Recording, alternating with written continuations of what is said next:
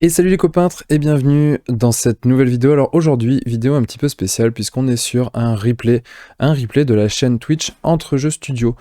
Comme vous le savez, hein, je suis chroniqueur sur cette chaîne aussi, et donc du coup, alors j'allais dire tous les jeudis, non pas tous les jeudis, tous les 2 jeudis, un jeudi sur deux, on a une émission qui s'appelle Entre deux guerres, qui traite de tout ce qui va être jeu de wargame et de peinture. Et donc du coup, là, depuis le dernier Entre deux guerres, je fais une chronique qui va être une chronique régulière sur la présentation du jeu A Song of Ice and Fire.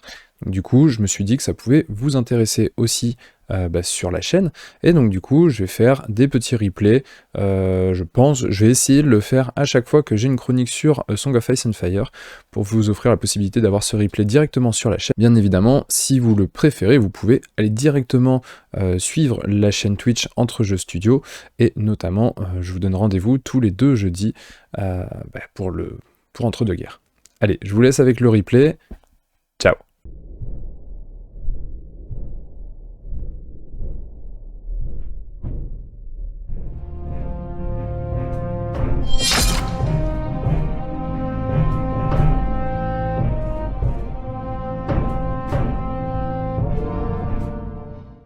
Ok.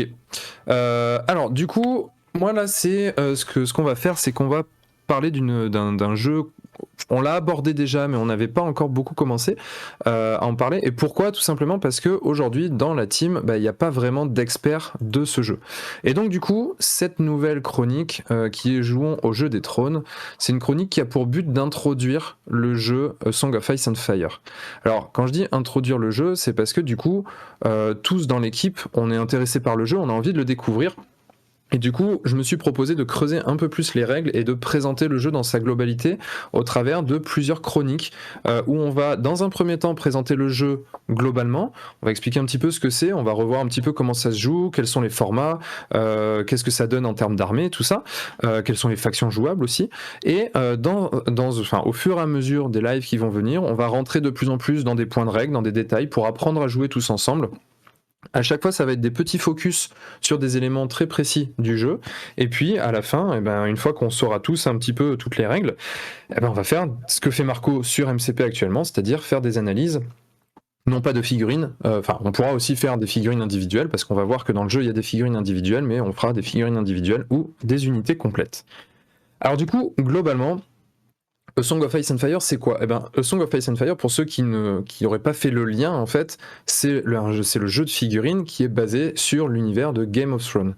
Donc là, je le précise dès maintenant, c'est l'univers de Game of Thrones, mais c'est l'univers des livres, ce n'est pas l'univers de la série. Et ça peut avoir quelques incidences, notamment sur les figurines, qui n'auront du coup pas la tête des acteurs. Ils n'ont pas la licence pour faire ça sur la série, ils ont la licence pour faire ça sur les livres.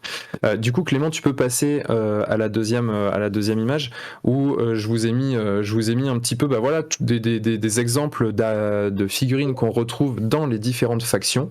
Là, on a plusieurs factions, hein, sur l'image. On va avoir du Dothraki pour la faction Targaryen, on va avoir de la faction Greyjoy, on va avoir aussi des Lannister. Bref, je vous ai mis un petit patchwork de différentes factions. Et donc du coup, le jeu en l'occurrence, parce qu'on dit jeu de figurines, mais bon, on a bien vu, hein, dans l'équipe on parle de plein de jeux différents, entre du MCP, du Warhammer 40 000 ou quoi, il y a quand même pas mal de différences. Ici en l'occurrence, on est sur un jeu de bataille rangée, c'est-à-dire qu'on a vraiment des unités qui sont constituées en régiments. Pour les vieux dinosaures comme moi qui ont joué à Warhammer Battle, il y aura un petit goût, une petite, comment dire, voilà, ça va rappeler des bons souvenirs, on va dire. Je vois que tu as envie de dire quelque chose. Alors Guillaume, je te stoppe, je suis né en 94, je joue aussi à Warhammer Battle. Je ne suis pas un vieux dinosaure, je ne te permets pas, c'est pas possible. Ok, donc pour les vieux dinosaures et les bébés dinosaures, du coup, ça rappellera de bons souvenirs pour ceux qui aiment bien jouer en à la vallée des merveilles, tu sais. De quoi? Petit pied dans la vallée des merveilles. Oh, on va l'appeler Petit Pied maintenant. Oh, je veux un gif avec Petit Pied et la tête incrustée d'aventurier des jeux dedans. C'est pas cool. Je veux cette C'est pas image. cool. Ouais, t'as qu'à fermer ta bouche. Excellent. Ouais, donc du coup, ce que je disais, c'est que c'est vraiment un jeu de bataille rangée, donc avec des unités qui sont constituées en régiment. Ce sera pas des figurines individuelles, ou en tout cas, il y aura la possibilité d'avoir des figurines individuelles, mais qui auront quand même un format de régiment, puisque on le verra par la suite, toutes les figurines, toutes les boîtes sont fournies avec des socles régimentaires qui vont permettre de créer des déplacements, et donc on va avoir un système vraiment de déplacement de manœuvre avec une importance, notamment en termes de prise de flanc, de prise de dos, tout ça. Donc c'est vraiment un jeu de bataille rangée. Alors maintenant, quel est le format de Song of Ice and Fire ? Il y a plusieurs formats qui sont possibles. On va voir un petit peu plus en détail avec justement l'image que j'ai faite là, la suivante, que tu peux mettre Clément. On va avoir en fait plusieurs formats qui vont dépendre de là où on est entre guillemets dans l'apprentissage du jeu, mais aussi de la durée des parties qu'on souhaite faire. Pour une partie rapide, on va être sur du 30 points. Pour une partie normale, on va être sur 40 points. Pour une partie longue, on va être sur 50 points. Pour une partie d'initiation, c'est aussi possible de faire encore plus court en faisant 20 points. Alors là, pour ceux qui connaissent pas le jeu, vous êtes en train de vous dire, bah t'es sympa en fait, mais ça veut dire quoi 20, 30, 40, 50, qu'est-ce que ça représente ? Eh bien c'est justement ce que j'ai montré ici à l'écran. En fait, c'est une liste typique que j'ai joué là il y a pas si longtemps que ça sur les Free Folks, donc le peuple libre. On parle des sauvageons, hein, grosso modo, des sauvageons, mais aussi avec d'autres personnalités charismatiques, on va dire, notamment les géants.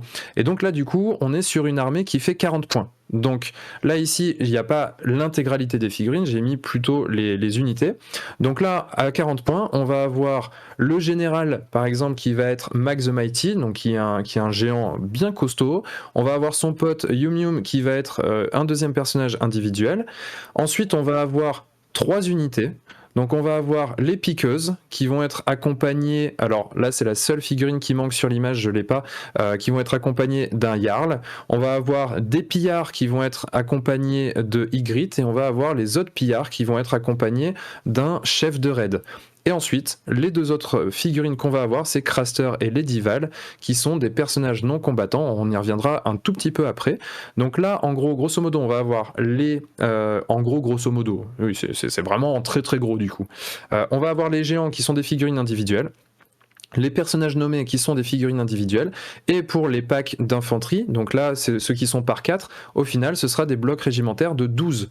Donc ça veut dire que on va avoir finalement 3 x 12, 36, plus 5 figurines à côté. Je crois que j'ai dit que j'en avais oublié une, donc du coup ça fait 7 figurines à côté, donc du coup on est à 43 figurines, on a une armée de 40 points.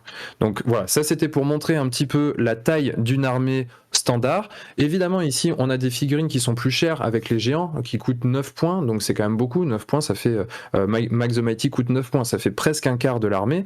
Évidemment il y a des armées où il n'y aura pas ces géants qui vont pas coûter aussi cher, donc on va peut-être avoir un régiment supplémentaire, mais grosso modo on va être sur 40-50 figurines pour avoir une armée à 40 points, donc ça donne à peu près le format. En termes de surface, ici, on va jouer à 40 points, donc 40 points et moins, on va jouer sur du 120 par 120. Donc là, on est sur un carré.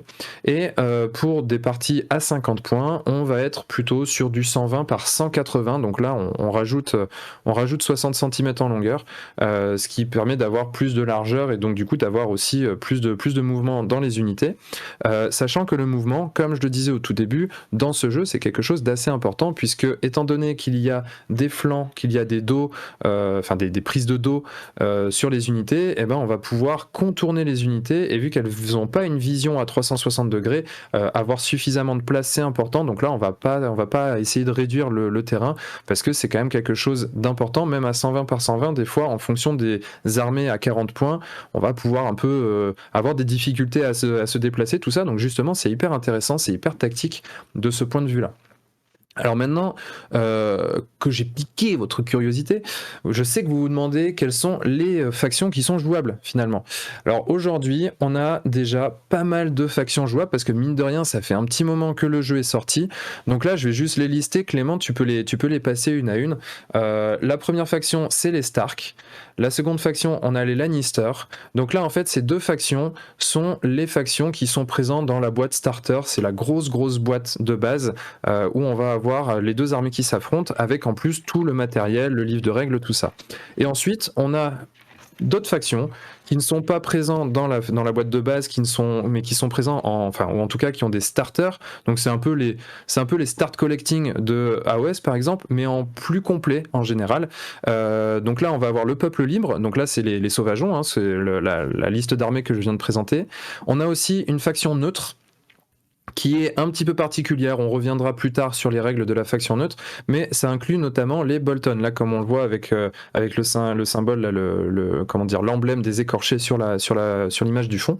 On va aussi avoir la garde de la nuit, avec l'emblématique Jon Snow. On a aussi les Targaryens, avec, là en l'occurrence, on va avoir, je perds son nom, Daenerys, Khal Drogo, enfin bref, des personnages emblématiques encore une fois. On a aussi les Greyjoy, donc là avec Théon Greyjoy et toute sa chère famille si tendre. Et enfin, on a les préférés de l'ami Marco, à savoir les Baratheons. Donc là, ça donne quand même déjà pas mal de factions jouables, mine de rien. Et depuis que le jeu est sorti, il y a eu pas mal de sorties, il y a pas mal de, on va dire, de boosters supplémentaires sur les différentes factions. Et donc du coup, ça donne pas mal de choix d'un point de vue tactique. On va finir sur cette première chronique. Je voulais finir sur la dynamique du jeu pour essayer d'expliquer un petit peu de quoi il s'agit concrètement. Alors, le jeu, en l'occurrence, ici, c'est un jeu qui est en alterné. C'est-à-dire que, à l'inverse, par exemple, d'un AOS où on va bouger toutes nos unités, puis l'adversaire va bouger toutes ses unités, ici, à chaque tour, on va bouger en alternance une unité, puis une unité, puis une unité. C'est une unité à la fois, chacun son tour, et toutes les unités du champ de bataille vont être activées, mais pas que. Il n'y a pas que les unités du champ de bataille, parce que je l'ai déjà un petit peu mentionné, dans ce jeu, on a aussi des unités qui sont en dehors du champ de bataille, qui sont appelées des unités non combattantes, et qui vont jouer sur une autre zone du jeu. Parce que la particularité, et là je pense que tu peux passer à l'image suivante Clément, une des grosses particularités de Song of Ice and Fire, c'est que c'est un jeu où il va y avoir 3 zones de jeu différentes. On va avoir bien sûr le champ de bataille qui va être là où va se dérouler l'essentiel de l'action, mais pas que. On va aussi avoir un plateau diplomatique sur lequel vont interagir des unités non combattantes et ce plateau diplomatique va avoir une incidence sur le reste de la partie, et on va aussi, pour chaque joueur, avoir un deck. Donc là, le deck par exemple, j'en ai ici, j'ai des cartes. Là, par exemple, j'ai les cartes des Lannister, typiquement. Et en fait, ce deck, il est constitué de 20 cartes. Il y a 7 cartes qui sont standards pour l'armée. Ça, ce sont des tactiques de l'armée. Et ensuite, il y a 3 cartes qui sont spécifiques à chaque général d'armée. Et chacune de ces cartes est présente en 2 fois dans le deck. Donc, du coup, on arrive bien à un total de 20 cartes. Ces cartes, elles ont vraiment de très, très gros impacts sur la partie. Donc, il y a vraiment une... Alors, c'est pas du deck building dans le sens où on va pas construire son deck au fur et à mesure de la partie, mais il y a quand même une gestion de deck dans la construction du deck en amont de la partie, et ensuite, en fonction de quand on va utiliser ces cartes dans la partie, vraiment ça peut avoir un impact parfois qui est décisif sur une game. Donc vraiment c'est quelque chose qui est hyper important. Oui Marco ? Du coup, on peut dire c'est plus ou moins des cartes tactiques comme Marvel Crisis Protocol au final.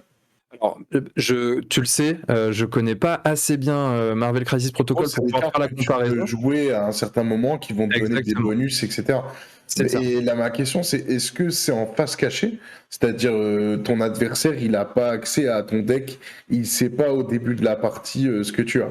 Non, tout à fait. Le but, c'est de faire des effets de surprise. Exactement, c'est tout à fait ça. C'est la différence qu'il y aura avec Marvel Crisis Protocol, où Marvel Crisis Protocol, c'est en face ouverte, c'est-à-dire que ton adversaire connaît déjà les cartes que tu peux utiliser pendant ta partie.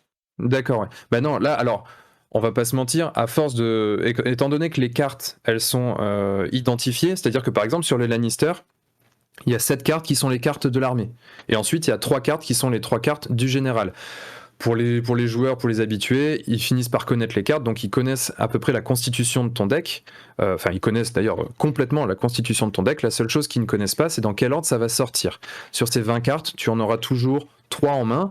3 en main, c'est la règle standard. Il y a des règles qui te permettent d'en avoir plus ou moins. Mais en tout cas, tu en as 3 en main à jouer à ton tour. Et à chaque tour, si tu n'en as plus 3, tu peux en repiocher pour en avoir 3. Mais ça, c'est plus des règles qu'on abordera un petit peu plus tard. Ah, donc elles sont quand même aléatoires. Elles sortent de manière aléatoire, tout à fait. Ça marche. Tout à fait. Mais tu vois, en fait, il y a des déclencheurs sur ces cartes. Typiquement, ici, Je rugis, qui est une carte Lannister. Ici, on a quand un ennemi effectue un test de panique. Donc ça, c'est le déclencheur. Et ensuite, il y a l'effet, cet ennemi subit -1 à son lancer et -1 supplémentaire par rang détruit. Si vous contrôlez la couronne, il devient également paniqué. Donc voilà, c'est ce genre d'effet. On a dit ici, quand l'ennemi, si vous contrôlez la couronne, eh bien ça, c'est justement ce qu'on va voir sur la dernière image qu'on va avoir, Clément.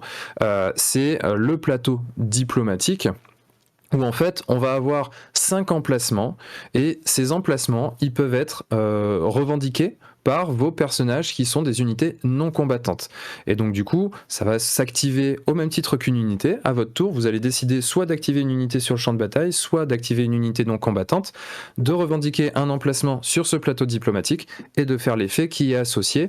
Bien évidemment, les personnages qui sont des unités non combattantes, et ça pareil, on y reviendra dans une prochaine chronique, ont des effets parfois qui sont liés à ce plateau diplomatique et qui vont pouvoir comboter avec le plateau. Certains personnages, par exemple, vont pouvoir occuper un endroit du plateau mais utiliser l'effet d'un autre endroit, ou alors ils vont aussi comboter avec la case en question. S'ils sont sur cette case précisément, ils vont pouvoir avoir des effets bonus sur le champ de bataille, ou par exemple ça va permettre de piocher des cartes. Bref, il y a pas mal de combos en fait avec ça, et donc du coup c'est ça que je trouve très très très très intéressant sur ce jeu, c'est qu'on va devoir faire comboter son deck avec ses unités non combattantes, avec le champ de bataille, et bien réfléchir à l'ordre d'activation. Bref, il y a quand même pas mal de choses à réfléchir, donc rien que pour ça, je pense que c'est vraiment un jeu qui vaut le détour, qui mérite d'être connu, et si ça vous intéresse, et bien justement, on continuera avec d'autres chroniques, donc n'hésitez pas à le dire dans les commentaires, tout ça, dans le chat, mais même par Facebook ou je ne sais quoi, n'hésitez pas à nous dire encore une fois si ce type de chronique, ça vous intéresse. Si oui, on en fera d'autres. Si ça vous intéresse pas, on n'en fera pas d'autres, évidemment. Donc voilà, si vous avez des questions, n'hésitez pas. C'était pour la première présentation de Jouons au jeu des trônes. Je sais que vous, dans l'équipe, vous connaissez déjà un petit peu le jeu, mais si vous avez des questions, n'hésitez pas.